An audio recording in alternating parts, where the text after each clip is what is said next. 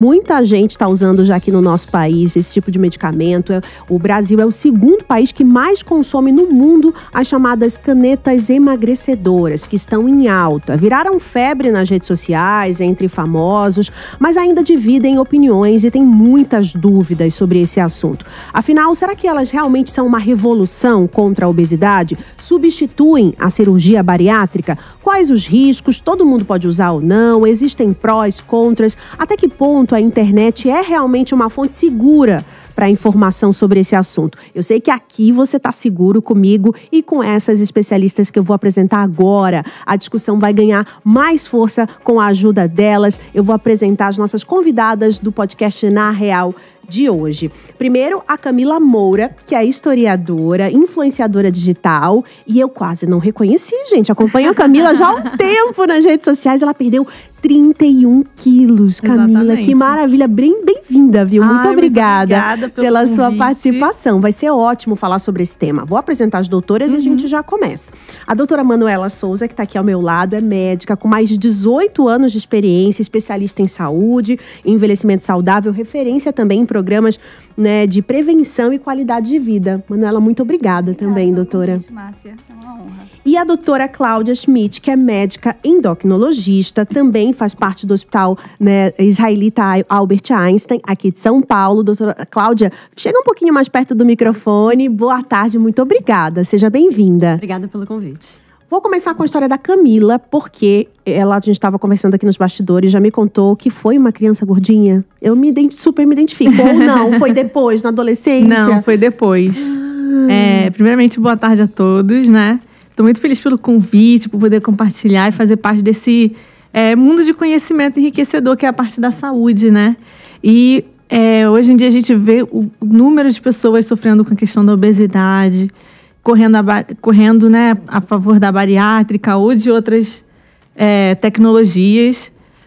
Mas sobre a questão da infância, eu não fui uma criança gordinha. Pelo contrário, eu era criança magra, como minha família era muito humilde, então eu não tinha muito o que escolher para comer, comia o que tinha. Mas eu, na faculdade, desenvolvi uma compulsão alimentar. Nossa. Então, aos 18 anos, eu entrei na faculdade e desenvolvi uma compulsão alimentar muito forte, muito forte. Ansiedade junto? De ansiedade. Desenvolvi ansiedade, né? Eu tenho transtorno de ansiedade generalizada e compulsão alimentar.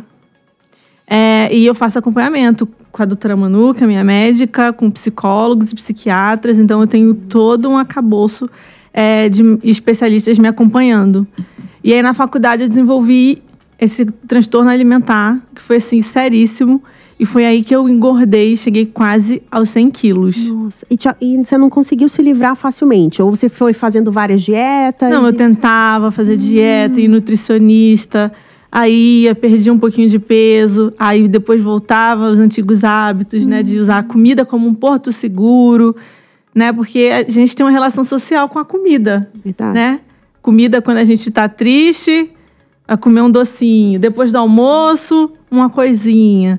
Aniversário, muita comida. Festa de familiares, se reúne a família. Então, a nossa sociedade se estrutura em torno da comida, né? De como a gente lida com a alimentação. E aí, eu desenvolvi essa compulsão alimentar e só comecei o processo de emagrecimento, assim, de fato e efetivo, com a doutora Manu, uns 6 meses atrás, né? Nossa, e foi o único que, de fato, você viu um resultado? Foi o único, assim, que funcionou pra mim. Foi esse que eu fiz com a doutora Manu. Ela pode até explicar um pouquinho mais do meu tratamento, não me incomoda de forma nenhuma. Eu acho que é conhecimento, porque eu saí da obesidade grau 1, porque eu sou bem baixinha e eu cheguei a quase 100 quilos. Então, eu já estava pré-diabética. Não é só obesidade, né? É uma série de doenças. Sim, gordura no fígado, pré-diabética. Ó, a língua travando. Pré-diabética. Então, assim, várias questões. Sem contar que eu tenho endometriose. E a obesidade, ela tem alguns fatores que atuam na endometriose, né? Na piora dos sintomas. E também era o meu caso. E eu só pude começar a tratar a endometriose quando eu cheguei no peso saudável. Porque eu precisei fazer reposição hormonal. Então, o meu caso conseguir sair do grau de obesidade e chegar num peso correto, saudável, porque eu estou agora num peso correto, assim, com a minha altura, assim, nem gorda, nem magra.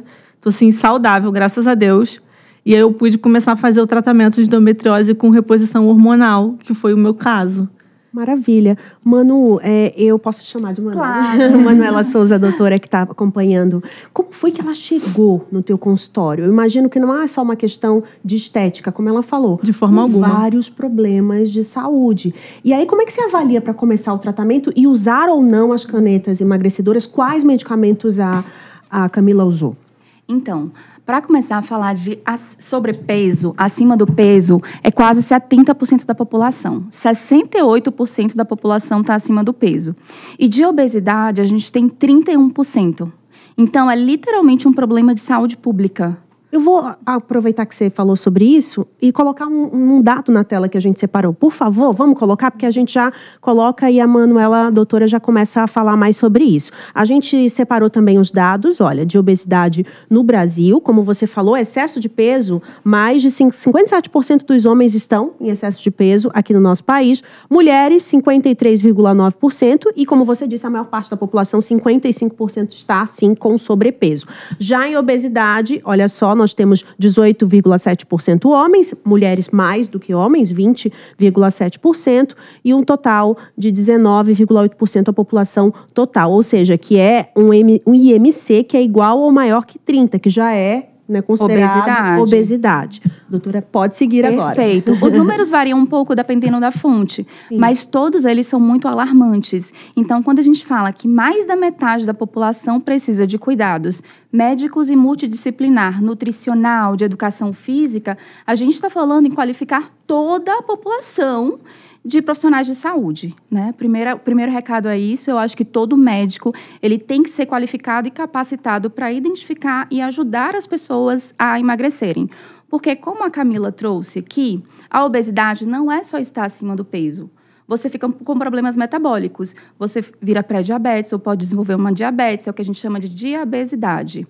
A gordura abdominal, ela produz angiotensinogênio 2, ela agrava ou favorece a hipertensão. Ela também piora com inflamação crônica, sintomas de doenças mentais, porque dá neuroinflamação. No caso que a Camila relatou que tinha endometriose, a inflamação da obesidade agravava os sintomas da endometriose. Tinha muita dor, muita cólica. Uhum. Né? A minha endometriose ela é bem específica, Nossa. né? Ela é periretal, que fala o termo correto, né? Uhum. E aí eu tinha muita dificuldade de ir ao banheiro, tinha sangramento pela região anal. Muita dor durante a relação sexual, muito incômodo. Uhum. E para mim aquilo era comum, porque eu desenvolvi aquilo desde a minha primeira menstruação. Então para mim, toda a menstruação estava associada àquela dor, àquele incômodo. E você nem sabia que a obesidade tinha a ver também com isso? De forma alguma. Passei por vários médicos, sempre fiz exames assim regulares todos os anos e nunca nenhum médico suspeitou de endometriose. E aí, quando eu fui fazer uns exames específicos para poder colocar o DIU, que a doutora viu que tinha um foco de endometriose. E aí, tudo fez sentido. Minha dificuldade de ir ao banheiro, dificuldade de relação sexual. Todas assim, falei, gente, agora... Tudo tá ligado. Tudo tá ligado. E a obesidade ampliava esses sintomas. É isso. Então, assim, a gente trabalha em rede. A endometriose é uma outra patologia muito comum, que gera muita dor nas mulheres no período menstrual, e não é normal sentir dor muito forte. E aí eu trabalho em rede. Eu tenho uma ginecologista que trabalha comigo, um psiquiatra, um cardiologista, um endocrinologista. No caso da Camila, para tratar a endometriose, a gente convidou a ginecologista Camila Brandão, que aí fez Milena Brandão. Uhum. Para fazer todo o tratamento, avaliação hormonal. Então, a endometriose dela é tratada por Milena Brandão em conjunto comigo, da parte de saúde e qualidade de vida. E das canetas, qual foi que a Camila usou? Camila usou a Tizerpartide. Quando a gente fala de canetas, a gente vai falar das substâncias. O Ozempic e o Wegovy tem a semaglutida, que é o análogo do GLP-1. O Mounjaro, Zepbound, Tizerpartide, além do análogo do GLP-1, adicionou o GIP. Então, é como se fosse um Ozempic turbinado. Então, quando a gente vê o que é mais moderno, mais efetivo hoje, é a Tizerpartide, é o Mounjaro. O Mounjaro, ele é exclusivo para vender nas farmácias. Ele é uma marca registrada e demorou muito para chegar no Brasil. E quando ele chegou, não tinha um abastecimento suficiente, estava um pouco irregular. As farmácias de manipulação magistral, elas têm autorização por lei e registro na Anvisa para fazerem a substância, a Tizerpartide, de forma prescrita para o paciente. Então, a gente começou a usar essa tecnologia aqui pelas farmácias brasileiras que tinham autorização da Anvisa para fazer a Tizerpartide. Até ele chegar. Até porque o custo ainda é bem alto, a gente já vai falar sobre isso. Mas eu quero incluir a doutora Cláudia também nesse assunto para entender, doutora, se todo mundo pode usar esse medicamento. Porque o que eu percebi nas minhas pesquisas nas redes sociais e entre amigas, entre familiares, tá todo mundo querendo usar. E assim, de forma indiscriminada, porque num primeiro momento o Ozempic não se comprava nem com receita. Estava livre, né? Porque era um medicamento para a questão da... obesidade e diabetes, né? Não é isso? E aí as pessoas ficam, ai meu Deus, eu quero usar também. Às vezes está só 5 quilos acima do peso, às vezes... Tem uma realmente identificação específica? Esse paciente precisa, esse paciente não, esse paciente tem que usar, esse não. Como é que você avalia, doutora? Com certeza. A gente tem sempre que ponderar prós e contras de qualquer tratamento. Qualquer tratamento tem riscos associados. Então, uma dipirona que seja, tem alguns efeitos colaterais possíveis. Podem ser leves, podem ser graves, então sempre tem que ponderar muito bem os prós e os contras. E dentro do contexto do excesso de peso, a indicação formal seria um IMC acima de 27, com alguma comorbidade ou não, com uma falência de tratamento clínico não medicamentoso, ou um IMC acima de 30, mesmo na ausência ali de comorbidades. Essa avaliação vai depender muito justamente da história que a pessoa traz, do peso que essa pessoa já teve, da trajetória dela do peso, da relação dela com a comida e tudo mais. Né? Como a Camila contou, ela não era só, né, isso, era um histórico de várias doenças que vêm junto, até psicológicas, emocionais, né, doutora? Com certeza. E aí, muitas vezes, tem aquela questão de que a gente sabe o que é para fazer e não consegue fazer por conta dos impulsos, o apetite. É extremamente complexo no nosso corpo, não é meramente uma necessidade de nutrientes. Tem um componente social, tem um componente cultural, tem um componente afetivo, ambiental, o que tem disponível, não tem disponível. Então, é muita coisa ali relacionada. E a obesidade é uma doença extremamente complexa, realmente. Né? Então, não é todo mundo que tem indicação de usar. A gente tem sempre que ponderar esses prós e contras e como é que está a saúde como um todo da pessoa, né? Então, sim, perfeito. E você acredita que ela pode substituir a bariátrica mesmo, doutora? Para algumas pessoas. Eu acho que é muito difícil a gente generalizar esse tipo de afirmação. Porque, realmente, a tirzepatida, ela vem agora com uma média de perda de peso muito melhor. E não podemos nos esquecer que é uma média. Então, é uma média de quase 21% de perda de peso em relação ao peso inicial. Algumas pessoas perderam, inclusive, mais peso do que isso. Outras pessoas perderam bem menos. E uma pequena porcentagem não perdeu quase nada. Então, mesmo com medicamentos extremamente potentes, tem essa probabilidade, essa possibilidade de a pessoa não perder nada de peso. Meu Deus, não sabia. Eu achei que fosse quase todo mundo que perde peso. Não é. Então, até nesse medicamento... A resposta interindividual é extremamente variável. Então, acredito que a tirzepatida e outros que estão em estudo, que provavelmente chegarão no mercado aí ao longo dos próximos anos, eles entrarão como ferramentas no arsenal terapêutico. Eu não acho que a cirurgia bariátrica vai sair desse arsenal. Justamente por conta disso. Para algumas pessoas, ela vai continuar funcionando muito bem. E aí entram outras questões. Como que é o nosso acesso a esse tratamento? Como eu falei, hoje, caro. Extremamente limitado. É um medicamento caro, o abastecimento está bem ruim. E a resposta interindividual varia. Um outro ponto importante para a gente colocar aqui nessa balança. Obesidade é uma doença crônica, mas ela ainda não é tratada como uma doença crônica na maior parte do tempo. Então, ninguém questiona quando uma pessoa com pressão alta começa a usar um remédio, que ela tem que continuar usando aquele remédio. Perfeito. Então, se a pessoa volta na consulta e está com a pressão normal, eu falo para ela, olha, pode parar de tomar o remédio, sua pressão já está normal. Qualquer pessoa leiga vai virar e falar, mas espera aí não vai subir? E a gente sempre ouve, né? Alguém fala, minha pressão hoje está mais alta, esqueci de tomar o remédio. Obesidade é uma doença crônica da mesma forma. Também demanda um tratamento crônico. Pode ser usado a vida inteira o medicamento, se for preciso. Se tiver indicação, sim. Exatamente. Eu vi até uma influencer brincando, fazendo um vídeo falando assim, vocês comem pizza a vida inteira, tomam refrigerante a vida inteira, por que eu não posso tomar Monjaro? É bem isso, né? O problema é ter dinheiro para bancar Monjaro. Então, hoje é a grande limitação, com certeza, no uso. Faltam políticas públicas? Eu quero ouvir de vocês três. O que vocês acham? Isso ainda está muito longe da gente tratar a obesidade como uma real política pública de governo, né? Para melhorar a sociedade de uma forma geral, né, Manuela? Perfeito, e esse é um dos meus propósitos. Até quando eu faço educação em saúde, no Instagram, que primeira coisa que eu gostaria de esclarecer é que é diferente perder peso e emagrecer. Sim. Emagrecer é perder gordura. E quando uma pessoa compra um Monjaro na farmácia e toma de forma indiscriminada, ela pode estar perdendo gordura com muita massa muscular.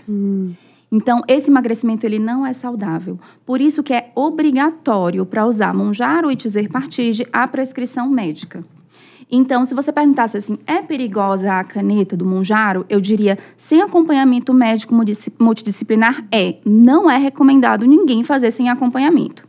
É perigosa a caneta da Tizerpartige ou Monjaro? Com acompanhamento médico, nutricional, multidisciplinar, é super seguro. Tem efeitos colaterais possíveis, porque não existe nada 100%, sempre tem um percentual de efeitos colaterais, mas a equipe vai saber manejar. Existem medicamentos de manejo, inclusive. Eu vi uma amiga que está usando várias coisas junto com o Monjaro para não ter tanto... Os efeitos colaterais. Não são várias coisas, né? Geralmente você toma um remédio para enjoo, e você pode ter um enjoo, ou você pode ter uma diarreia ou uma obstirpação. Então, os principais efeitos colaterais, vamos falar. Esses. Enjoo. Diarreia, ou algumas pessoas ficarem com obstirpação. Tá, esses são os mais comuns. Os mais comuns, perfeito. Exatamente. E aí, quando a gente vem para o problema de saúde pública, o problema de saúde pública está em os profissionais de saúde, todos precisam estar capacitados a tratar obesidade. Os nutricionistas do SUS, do PSF, os médicos do SUS, do PSF, da rede básica, dos lugares mais remotos. Então, eu concordo que é um problema de saúde pública, mas antes da gente ampliar este acesso de forma generalizada a uma medicação que pode causar muito mal, perdendo massa muscular, a gente precisa ampliar a capacitação e qualificação das equipes de saúde de tratarem obesidade. Você vê hoje que isso ainda é muito difícil, assim. Os profissionais de saúde, doutora, que você também deve lidar com muitos, eles ainda não estão tão qualificados assim mesmo? É difícil? Ainda não. Muitos não se sentem à vontade para tratar a obesidade. Ainda tem muito essa coisa do estigma, da culpabilização da pessoa com obesidade. Essa ideia de que a obesidade é uma escolha, que não faz sentido algum. É só fechar a boca. Nossa, mas eu ouvi isso força de vontade. Eu chegava no médico e fui no cardiologista, né? E ele falava, você é tão jovem, faz atividade física, eu te prescrevo uma natação.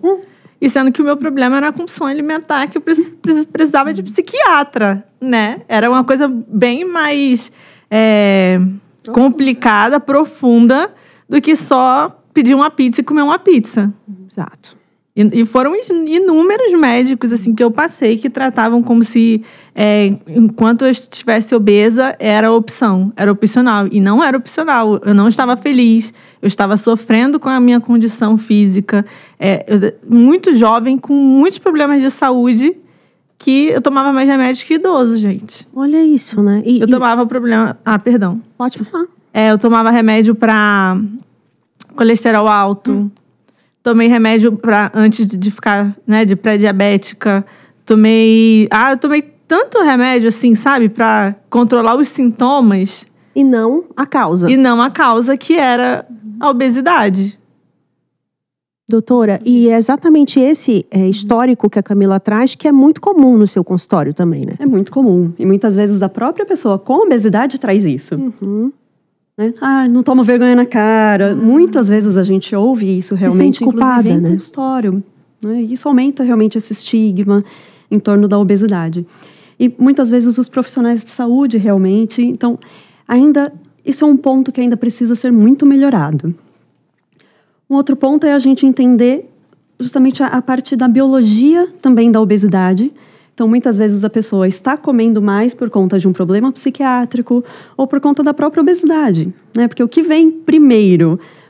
A gente sabe que tem muita coisa genética, muita coisa biológica por trás da obesidade, e muitas vezes a pessoa come realmente mais do que seria, digamos, o adequado para um bom balanço energético, Porque ela sente mais fome, ela sente menos saciedade.